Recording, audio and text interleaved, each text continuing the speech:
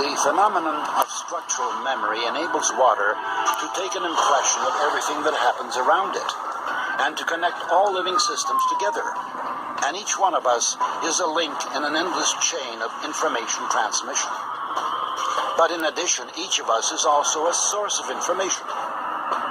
Every one of our actions, a thought, an emotion, an uttered word, separates from us and becomes part of the overall energo-informational environment. Informational dirt is poisoning the water, accumulating layer by layer in its memory. If that process were to continue endlessly, the water could lose its mind. But it is endowed with a self-cleansing capacity.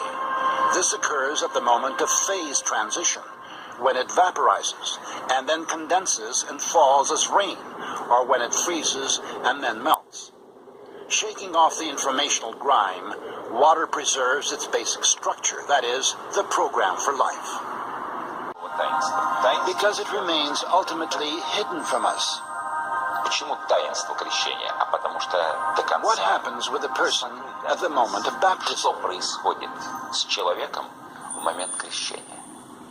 It is known that the divine energy, which in the language of the church we call grace, descends upon the person. Снисходит на человека. There have been many wars on religious grounds in human history, but in our experiment, water reacted to individual words that had a religious content by forming beautiful crystals. This means that the conception of our nature coincides with each religion. The Christian prayer, the Buddhistic prayer, the Muslim prayer. Dr. Emoto presumes that serious crimes are committed most of all in areas where people curse the most often. Idiot. I hate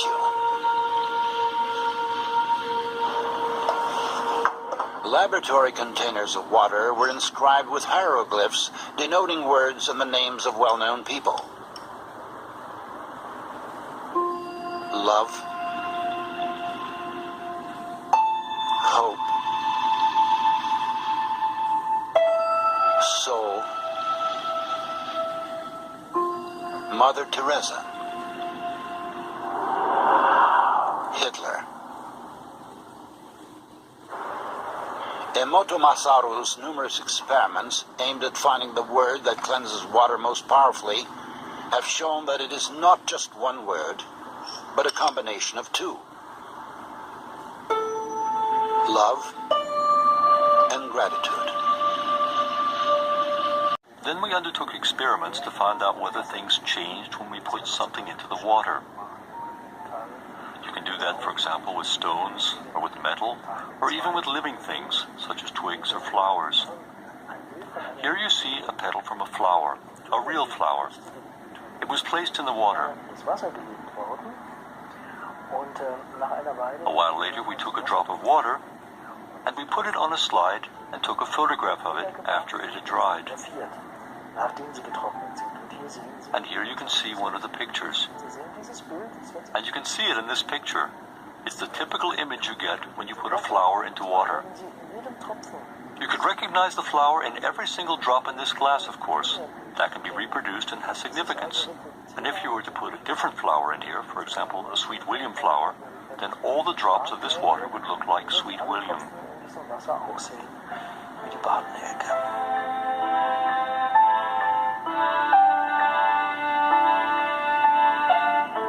The Israeli scientist Eshel Ben Yaakov uses completely different methods to arrive at the same conclusion. The odor of these plants that we have here can have a very, very strong effect. Not only if I put some leaf into the water, but just the odor which is deposited around has a very, very strong effect on the water. And this strong effect causes all the time inside to gases from the atmosphere to be mixed in to form a big network, very complicated network of bubbles. very, very tiny bubbles of gases. And the number of nanobubbles inside here, just to give you an estimate, it's about, depends on the condition, it's about 1,000 times the number of neurons that we have in our brain.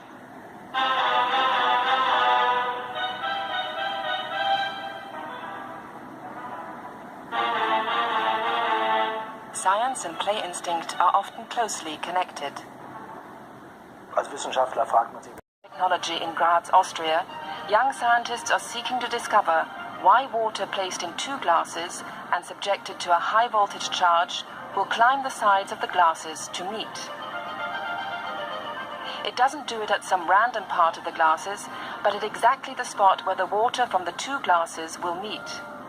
If one moves the glasses away from each other, the water creates a hanging bridge that can be up to 2 centimeters long. So far, even the world's greatest scientists have been unable to explain the phenomenon. So far, there is not even a theory about the sensational behavior of the water.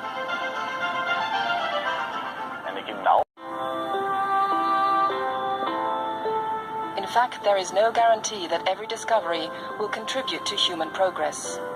Not without reason does it make an inventor shudder to realize that radio waves can make seawater burn. The idea that the black gold of oil might be replaced by the white gold of water to power the Earth's tens of millions of cars has something frightful about it as well.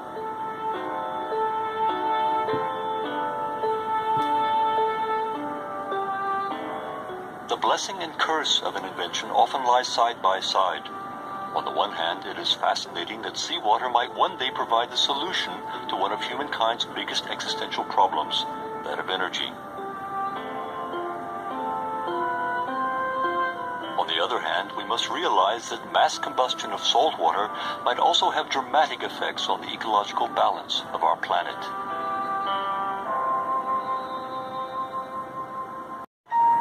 A great notion. But what kind of information is this? Can we make it visible or even measure it? In order for experimental results to be considered valid, they have to be repeatable. But how can we look inside a drop of water?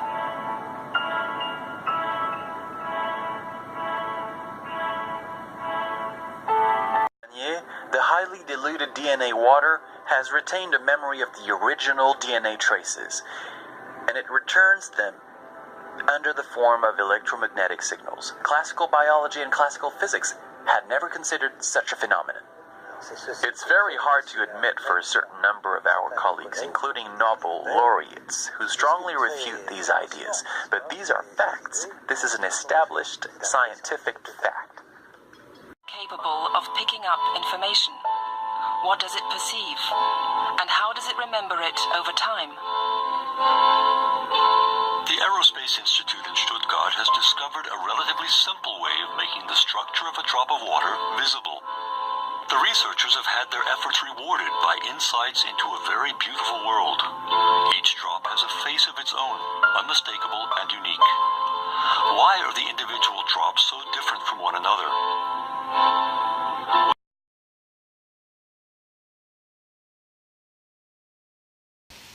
in the beginning was the Word, and the Word was God.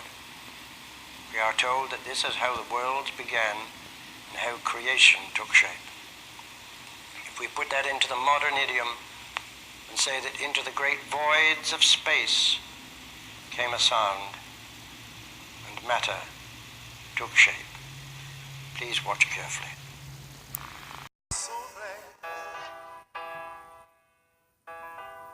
Why does my soul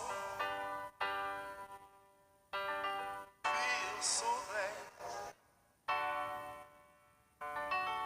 Why does my heart feel so glad? Why does my soul feel so glad? Why does my heart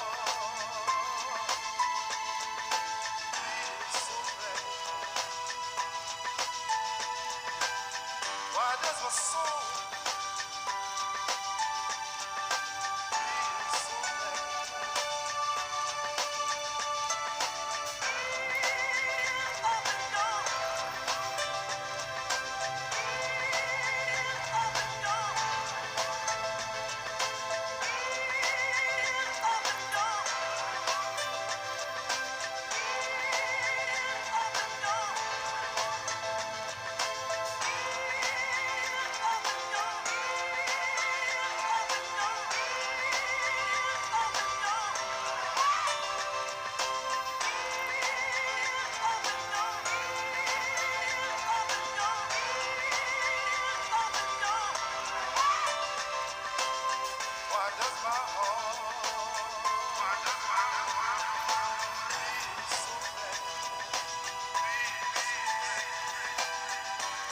my soul?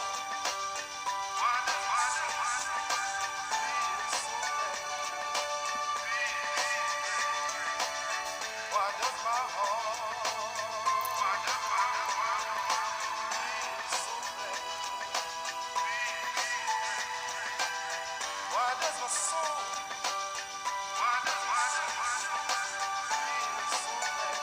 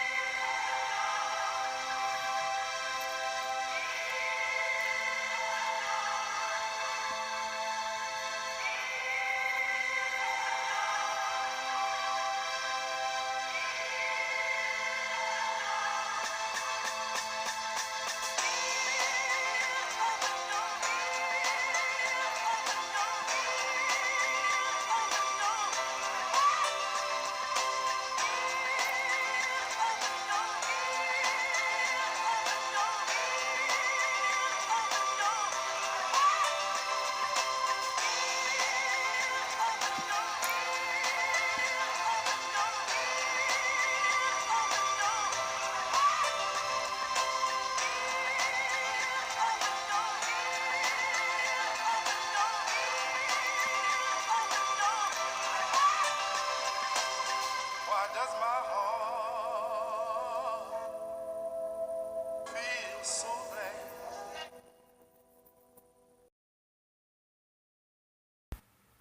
Here are the tired, frequency-zapped, geoengineered clouds that never really noticed before, and they're always here. I looked it up, and apparently there are clouds that look like this that are supposed to be the highest in the atmosphere, and they are called cirrus clouds, and they're supposed to be moving at 100 miles an hour, but as you can see, they're right above the tree line, and they're not moving at all. They sit there forever.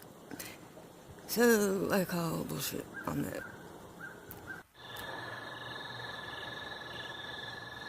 I can't hardly capture how really pretty that looks.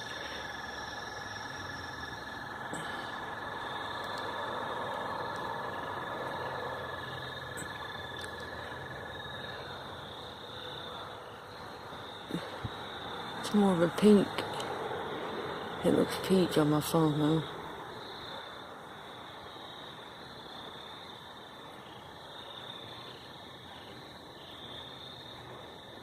The thing is, the pink clouds are separate from the white clouds. They are like, I mean, you can tell, or I don't know, probably can't tell on the phone, but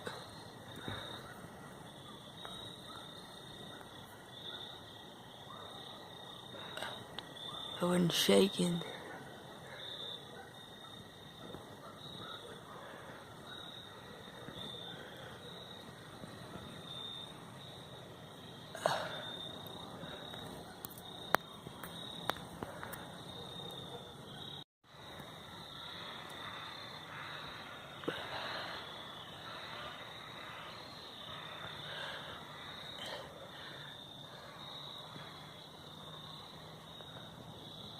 Well, we actually have normal looking clouds today.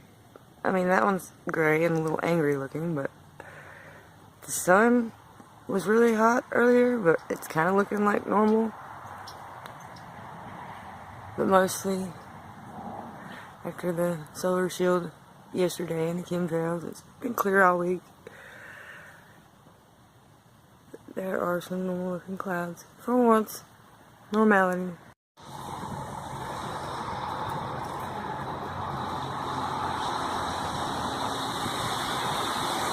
We have solar shield in full effect today in the mountains.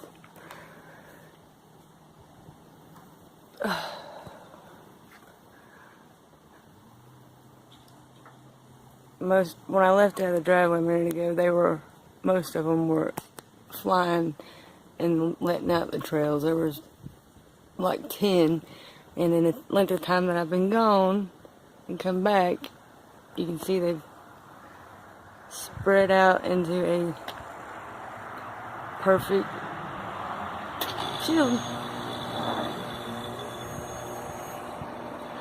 But we had 3 days with clear air anyway.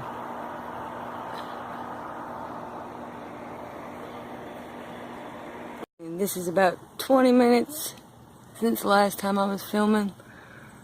And I was just going to show how it's completely spread out now.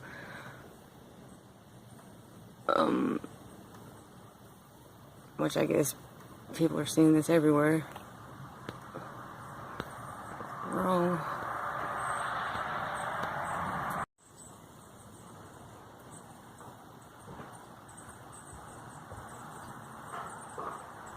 It's the perfect thin sheet of whited out, blotted out solar gel.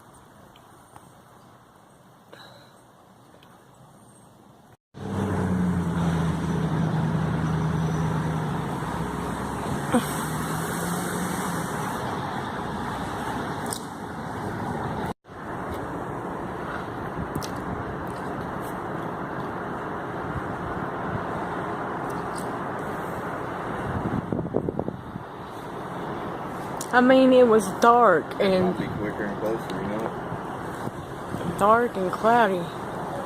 It was piss pouring the rain, dark, cloudy an hour ago.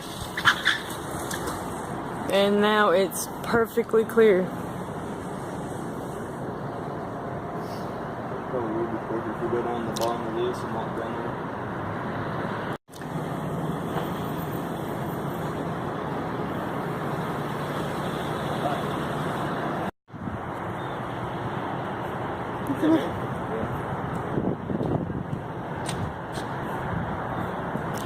Jesse. Oh, I didn't hear you. I'm sorry. We got our battery's dead. We got jumper. Pretty sunset.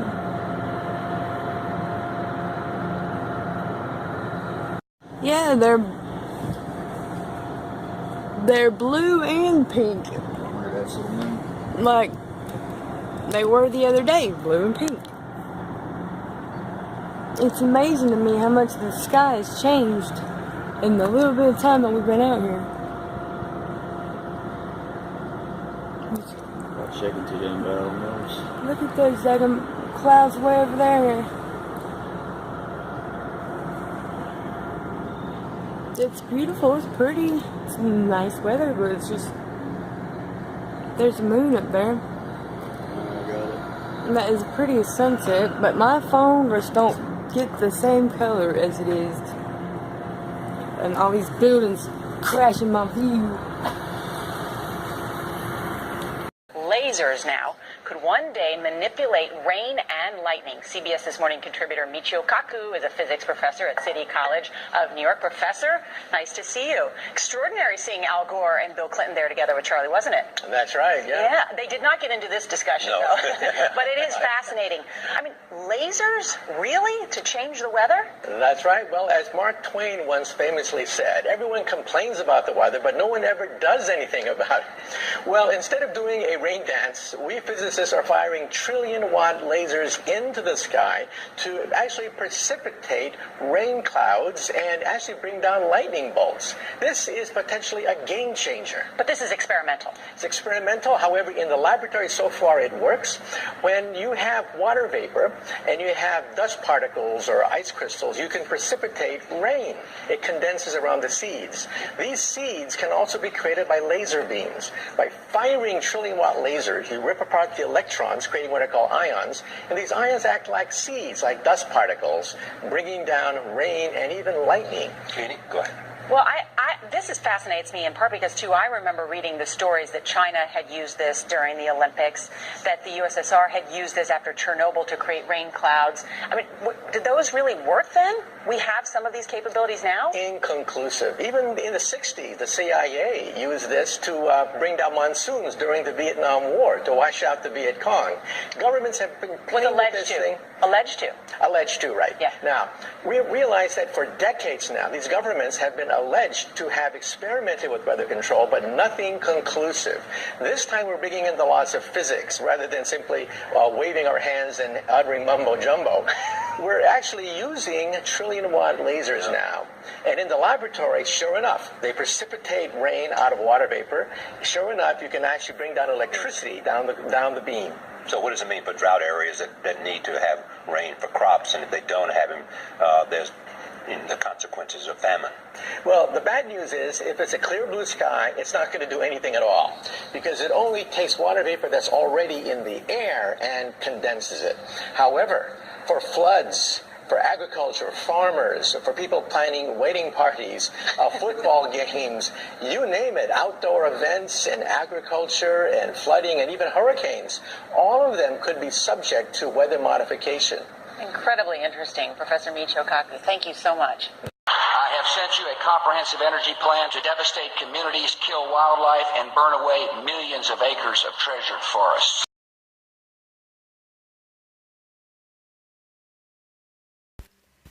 Please look over my ADD.